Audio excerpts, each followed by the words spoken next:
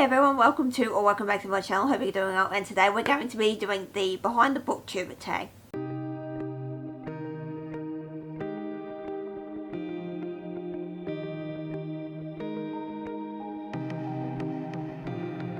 So this tag I saw on Paige's channel, and this was originally created by Shellyish, I think.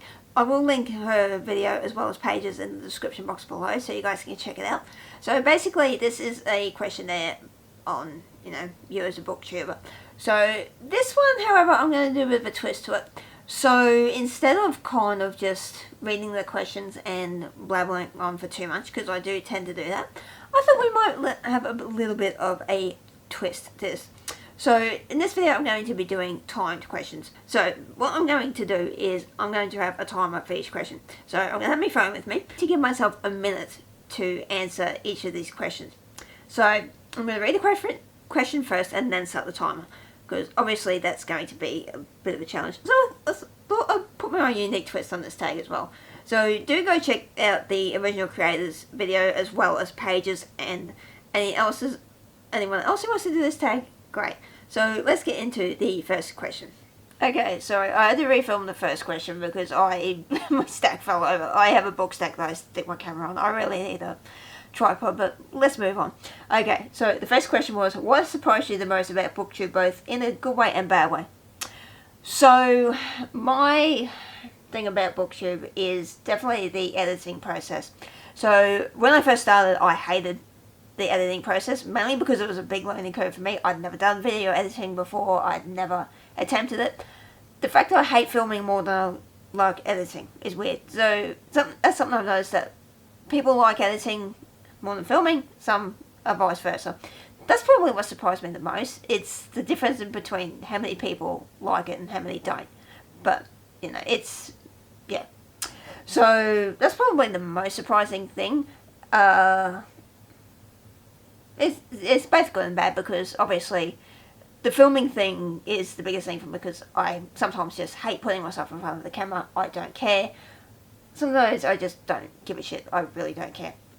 And obviously you need to film to make content, so that's my answer for that one. So yeah, cool. How do you balance reading and Booktube with the rest of your life? Okay, so the question, really the answer is no, I don't. I find I go through phases, especially with the filming process. As I said earlier, there are some days I just can't be arsed filming.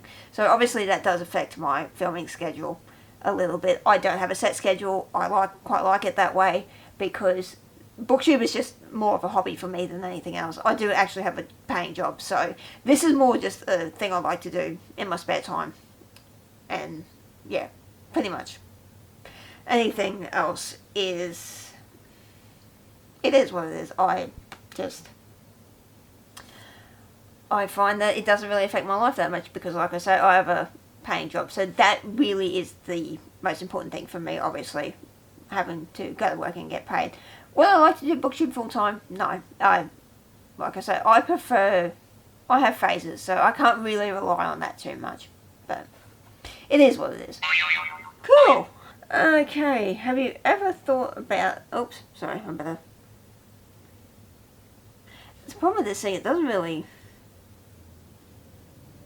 I don't know how you have constant timers. I probably should, but anyway. Okay, so next question is, have you ever thought about starting a Patreon? Answer to that again is no. Because like I said, I go through phases. I can upload sometimes 2 weeks worth of videos and then just have a couple months off. So I wouldn't like to make people pay for that, because also I'm not creative enough. Like, I see people who do bookmarks, candles, I'm like, I'm not creative enough for that, and I'm lazy too. So to me, you wouldn't be getting your money's worth out of it. And like I said, Booktube is more of a little bit of a project for me. Get to know bookish peeps, really. It's not my job, like I say, it's more of a just pastime.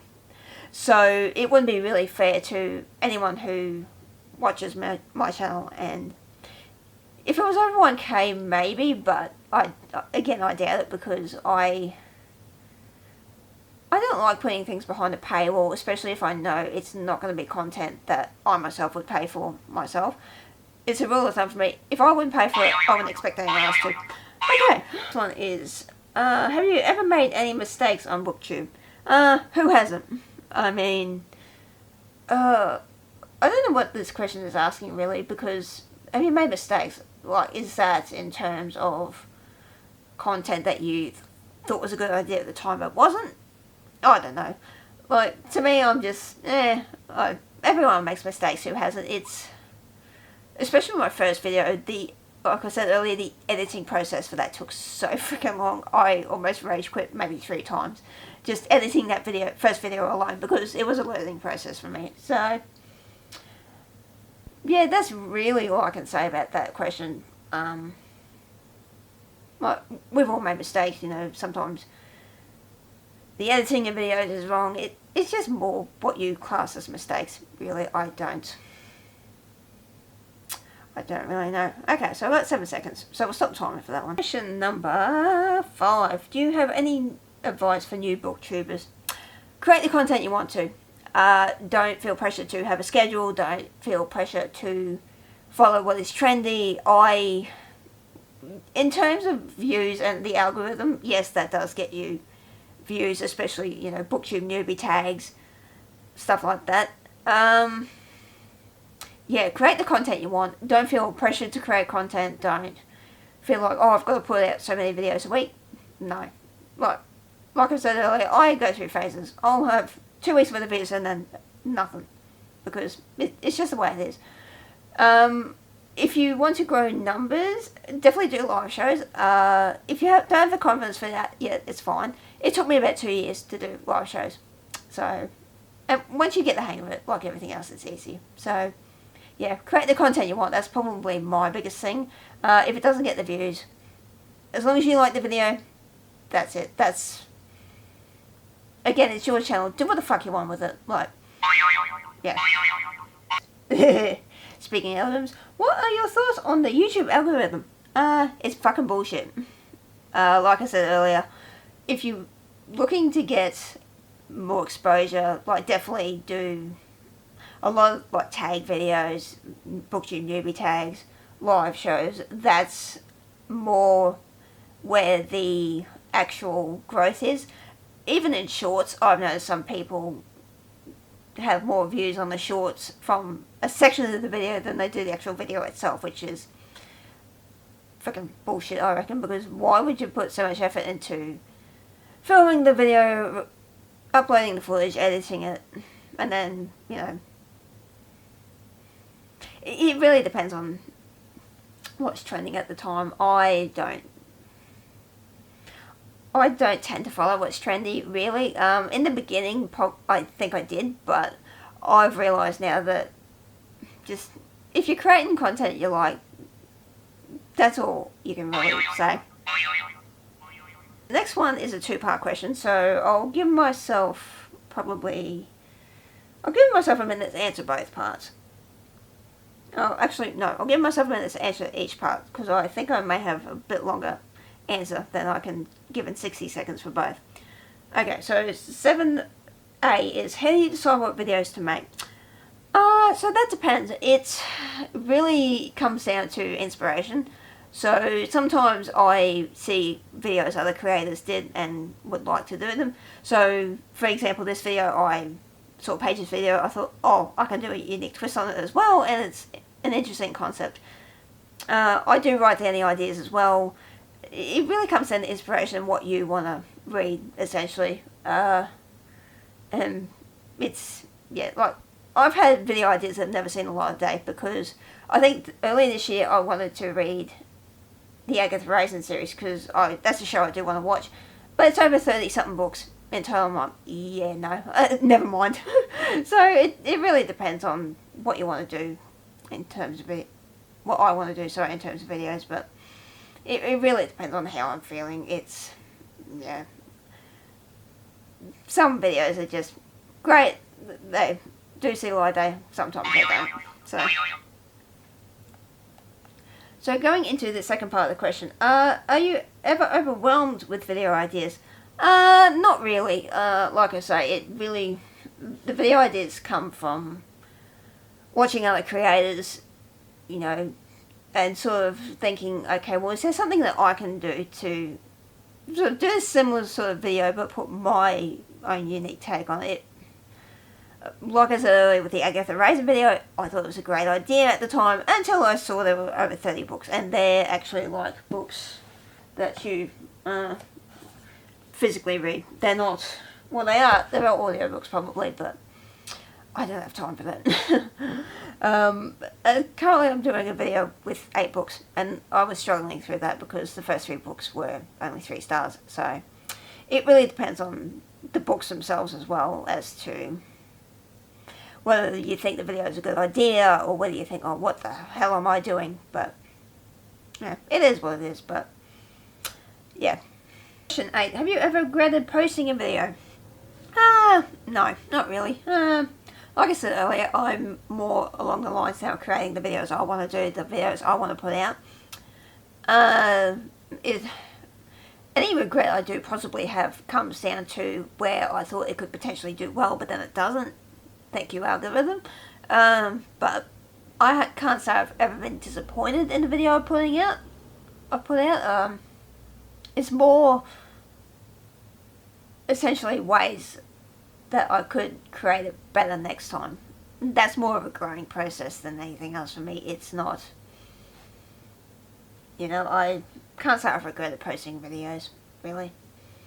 Just like I said before, create the content you want. If people like it, great. If not, well, if you're proud of that video, that's all that they can ask. Okay, next one has 2 parts. So, question 9A.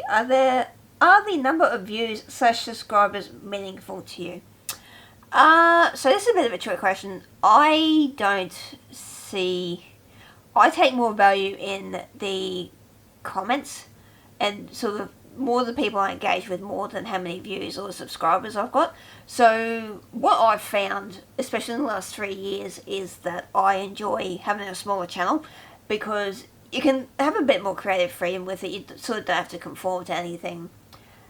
Plus, if you build, especially with Aussie Booktube, I've noticed that there's more support from the Aussie side. There's more sort of a community feel in terms of that. So I find value more in the interactions I get with people more than just the views and subs. Like, if you focus too much on that, that can be a Debbie Downer. So I tend not to focus too much on that. It's more the quality of the content I'm putting out and more, like, if people like it, that's fantastic.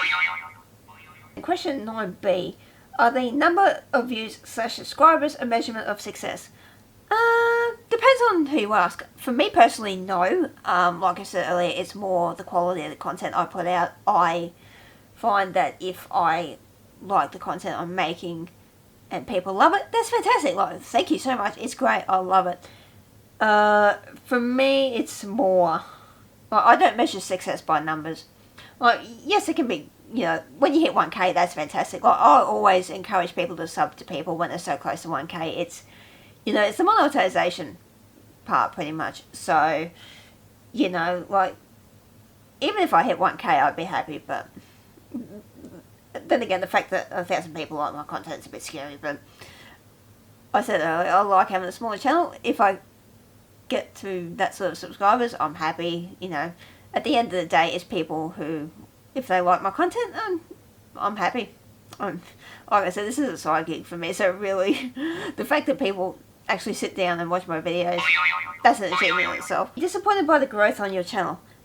Sometimes. So it's that little bit of doubt that creeps in every so often, I'm sure everyone who's had a YouTube channel has experienced it, like, you've been stuck on a number for so long, and, it is again down to the algorithm too, it expands, it changes all the time, like, you'll be stuck on, say, 135 like I am for God knows how long, and then it could shoot up. It really depends, it's, sometimes I have been, but really at the end of the day, as I said before, if you're creating the content you like and you're putting it out there, like, to me that's an achievement in itself, like, not many people would have the confidence to, say be on YouTube for a year and then sort of think, oh, well, I'm not getting anything out of this. And I think people can tell if you're only there for the numbers as well. Like, they can tell, you know, like, they're only there for the views, they're only there for, you know, the aesthetic. You know what I mean. Number 11, have you ever thought about quitting? No. Or maybe once, I think, but that was more down to the fact that I sort of lost a bit of the creative spark for a couple of months. Well, actually a few months, actually, I think it was the end of last year, or the year before. No, it might have been the year before. You know, everyone goes through it. You get into a slump. You don't really want to film, edit. You don't want to do jack shit with your channel, pretty much. But have I ever thought about quitting? No. Like, as I said before, this is a side gig for me. It's, you know, as long as I'm putting out content that I think is great, you know. And if people do love it, that's fantastic. I'm so happy that you guys have taken the time to watch me, because I never thought I'd be doing this more. If you asked me 10 years ago if I'd be doing this, I'd be like, yeah, you crazy? Like, if you've ever known me for an extended amount of years, you know I used to be quite shy, so the fact that I'm on a YouTube channel is pretty great. Question number 12. Okay, so the next part question has two parts as well. So the first one is, what are the most touching comments? Pretty much from anyone who enjoys my content. You know, it's the fact that people actually sit down to watch a video of mine is still mind-boggling to me. I'm sort of thinking, wait, people have actually sat down and watched me talk for God knows how long about sometimes just random shit. Like, you know, it's those sort of comments, you know, like, even when you know you put so much effort into a video and it's received well, you know, comments, I'm probably more bad at leaving comments on other people's videos more than responding to my own. It's more that I don't know what to say. You know, sometimes I'm like, oh, well, everyone else has said what I needed to say, so yeah. But it's basically from anyone who watches my videos and actually likes what I do, so yeah. Okay, so the second part is, what are the most negative comments? I can't say I've had negative comments to this point. Like I say, my channel's only about 135 subs at this point, so it's not big enough to really, I don't think I've really attracted negative comments. Probably the only comments that annoy me is the ones from, like, bots, you know, because, you know, you get them on Instagram, so you're like, oh, promote this, and I'm like, fuck off. Fuck off. Those ones, they're not negative, but they just annoy me. They're more annoyance than anything else, you know, like, yeah, I know you're a bot, you know. Or, I think one comment I had was, oh, you know, you did a great job, you know, I'll promote this here. Like, you know it's a scam. It's more those comments that piss me off more than anything. Hell no, deal with negative comments. Yeah. I work in retail, mate. Like, there's nothing you can say that I don't give a shit about anymore. It's the equivalent of people saying they're never going to come back again. I'm like, yeah, like, we have more stores than that. Okay, and the last one is, in regards to Booktube, where do you see yourself in 5 years? I don't know. That is my honest question. I do not really know. Yeah. As I said earlier, this is more of a side gig for me. So currently I work part-time, so that could possibly change in the future. I may get a full-time job and then decide that it's too much for me to cope with. Maybe then I might not just do maybe one video a month, maybe, depending on what it is. Yeah, I don't really set goals like that. This is more of a personal rant than anything. It's kind of like those questions where you know you can't give a decent answer to, like, oh, you know, where you see yourself in 5 years' time. Fucked if I know. I know where I'm going to be next week. Let alone in 5 fucking years.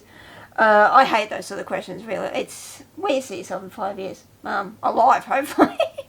I know, that sounds a bit too dark, but yeah, hopefully I'm still here. I would like to be here in 5 years, so, you know.